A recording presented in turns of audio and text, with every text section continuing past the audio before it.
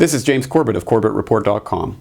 And this is James Evan Pilato of MediaMonarchy.com. Welcome to the latest episode of New World Next Week, our weekly video series that gives you the best in alternative news and open source intelligence, which of course you can find all the episodes and other related links and things to flesh out the story for you. As we always say, don't take our word for it. We provide all the stories and documentation that we source.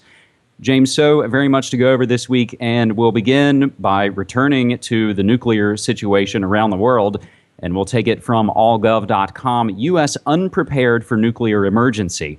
The federal agency charged with ensuring the nation's security against disasters admitted last year in a confidential report that the U.S. is ill-prepared to deal with a significant release of radiation. Coming on the heels of Japan's nuclear crisis, the news of the Department of Homeland Security report raises serious concerns about the lack of attention government officials have given to radiation threats, whether it stems from a terrorist attack such as a dirty bomb or a natural disaster impacting a power plant. The Homeland Security study found that the health system can only handle a few radiation injuries at any one time, and that there is no strategy for notifying the public in real time of recommendations on shelter or evacuation priorities. Compounding the lack of preparation is the fact that the federal government 2 years ago ceased stockpiling potassium iodide, the best-known agent to counter radioactive iodine-induced thyroid cancer in young people.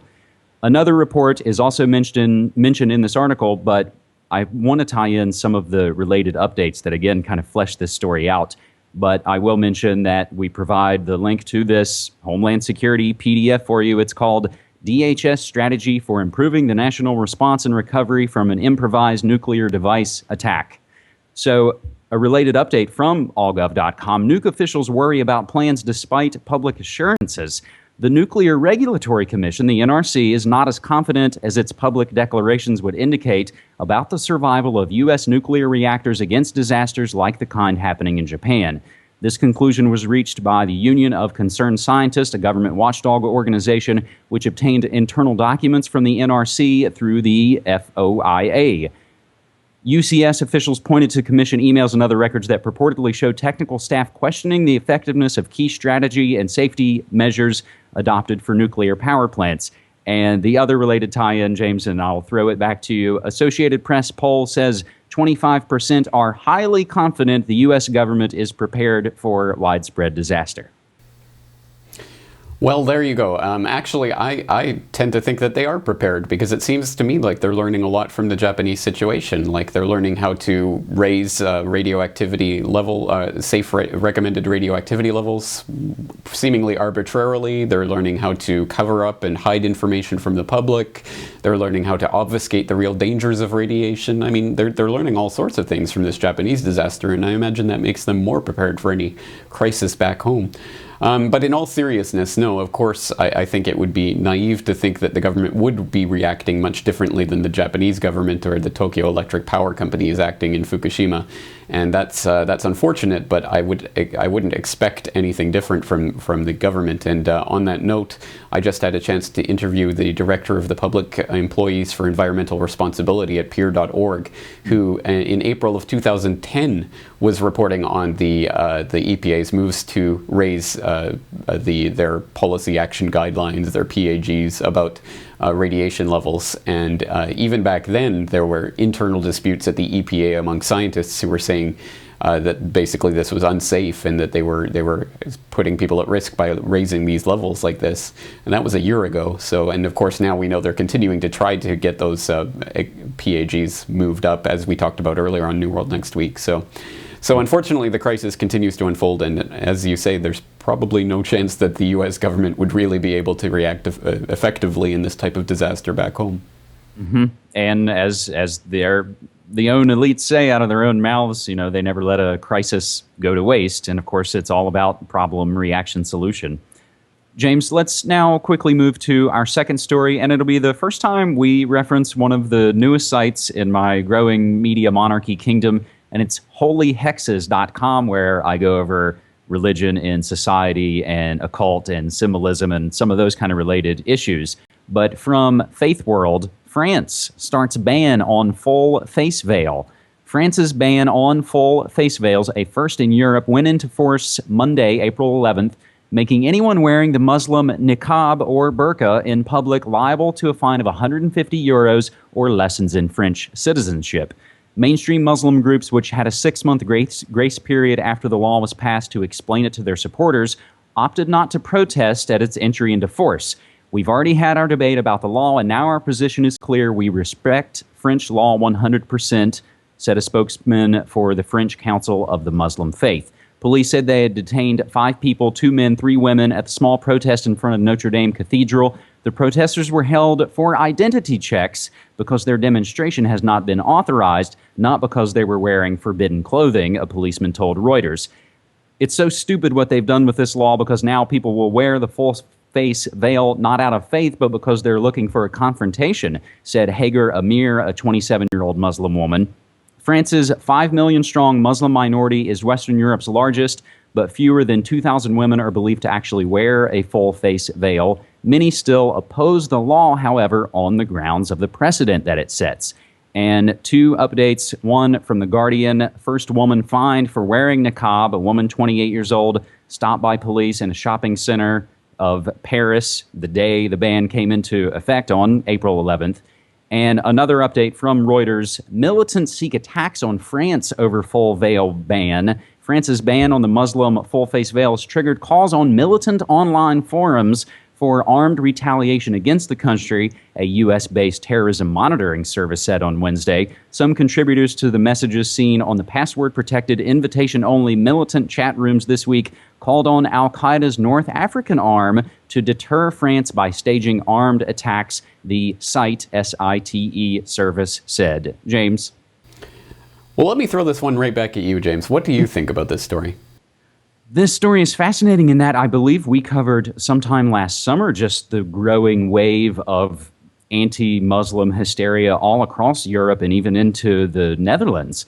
But when we tied in this update with an organization like SITE saying the North African wing of al-Qaeda, AQIM, which I believe we also referenced quite recently here on NewWorldNextWeek.com, when we start to hear those kind of phrases and those kind of organizations that are suspicious to say the very least, but no time really here to get into all of it, those are the things that in any story kind of raise red flags for me.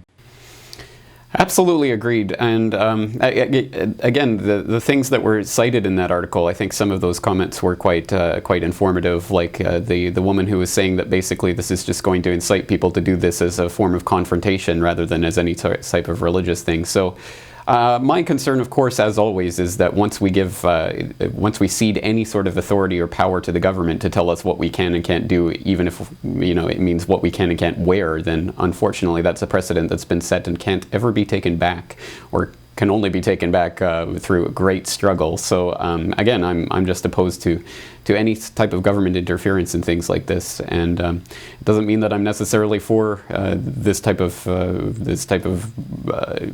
wearing the ceremonial garb and things. It's just that I just don't think that the governments have a place to tell us what to do in our personal lives.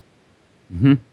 And if I wanted to run around all the time wearing some other type of mask or costume, exactly. It's all about being a sovereign individual. And just a quick note on what you said about when the precedents of these types of situations are set, whether we're talking about terrorism and the homegrown paranoia here, that it's, again, catalyzing catastrophic events are used to scare the public with a psychological operation to ratchet up the controls, but when the danger subsides, as it always does if it ever even existed in the first place, we can never get those controls taken away. Exactly right. So what's up for Story 3? Story 3, we're going to boldly go where New World Next Week has never gone before, I believe. We'll take it from The Guardian. FBI destroyed thousands of UFO reports, 1949 memo reveals. The FBI was so overwhelmed with sightings of flying saucers in the 1940s that agents routinely destroyed reports because of lack of filing space, according to documents released by the organization. The policy is outlined in a memo sent on 16th of August 1949 to J. Edgar Hoover, the director of the Bureau, along with documents on UFOs compiled by agents after statements from witnesses. The note, sent by an unnamed FBI agent in San Antonio, Texas, states that the office destroyed UFO reports on the grounds that they arrived in great numbers and contained nothing of FBI interest. It's pointed out that the filing of these would result in the rapid accumulation of very bulky files.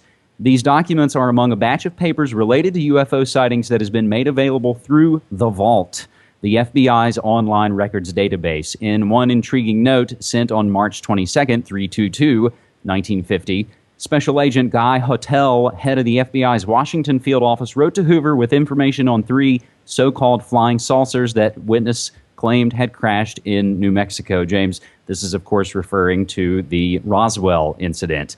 And there is more to get into within this story, and ultimately, I think, James, you and I are probably on the same page as far as the alien question goes. I've never seen anything remotely approaching any credible evidence to alien life. I don't doubt it for a moment, but with a couple of related bits here, I think hopefully we can shed a little bit of light. In a seemingly unrelated story, James, from the Associated Press, FBI secret report said Nazi war crimes evidence was probably faked. An FBI report kept secret for 25 years said the Soviet Union quite likely fabricated evidence central to the prosecution of John Demjanjuk, a revelation that could help the defense as closing arguments resumed Wednesday, April 13th, in the retired Ohio auto workers' Nazi war crimes trial in Germany. James, the connection between this, besides it being Nazis and the UFO story, is governments lie, and they lie all the time. Surprise, surprise, isn't it? But the important point for me about this story, and that's why I hope people will go out and check the post on cyberspacewar.com, is that it really fleshes out the idea that this document from this Guy Hotel, who is writing to FBI Director Hoover about this New Mexico crash, makes it clear that this is a memo that's been around for a long time and has suddenly been trumpeted in the media, so a lot of people got excited as if this was some new evidence for some alien thing. And B, it's not even about Roswell. You assume it's Roswell because it's New Mexico, but it's actually about a different crash at a different site. And then when you actually read about the history and the background of this memo, it's not that this agent is reporting something that he saw with his own eyes. He's reporting something that he got from an informant and deemed to be uncredible, but he's passing it along. So again, there's so many layers to this, but the important point to me is that it just demonstrates once again how a lot of people jump out of the mainstream media fire straight into the alternative media frying pan and just believe whatever comes along, and without questioning it, without looking at the sources, without looking into the details, without trying to get the background, without trying to get the context, which is exactly why we put the sources for all of our stories in the information bar of this video. And that's why it's really disheartening to see that so few people actually do go back and check the actual sources, because why would you take our word for it? Of course, I'm not trying to mislead you, but how would you know unless you go and actually do this work for yourself and take a look at this and come to your own determination about these stories? So once again, just because the alternative media is saying something doesn't mean it's true, and you have to use your own discernment and your own judgment, and don't ever let anyone else tell you what you should be thinking about any subject. Very, very well put. James, as we wrap it up here, I do want to make a reference to a lot of this sort of early UFO activity did actually begin here in the Pacific Northwest, and there's interesting stories tying Guy Bannister to the X-Files, the real X-Files, and of course the assassination of John F. Kennedy. But I first heard this story about this quote-unquote new memo from my man Clyde Lewis from right here in Portland, Oregon, of groundzeromedia.org. And I just want to throw out the mention to folks that he has been picked up for a primetime 5-night-a-week show from 9 to midnight on pretty much one of the biggest talk stations here in Portland. And he's going to be alongside fantastic hosts like Glenn Beck and Lars Larson and the like. And I'm trying to think of an analogy of what that would be like. It would be like if something like Red Ice Radio got on your local talk station. So it's a fantastic opportunity, I think, to reach a lot of different kind of folks. Absolutely, but we're fresh out of time. I got to go. James, thank you so much. Thank you. Take care.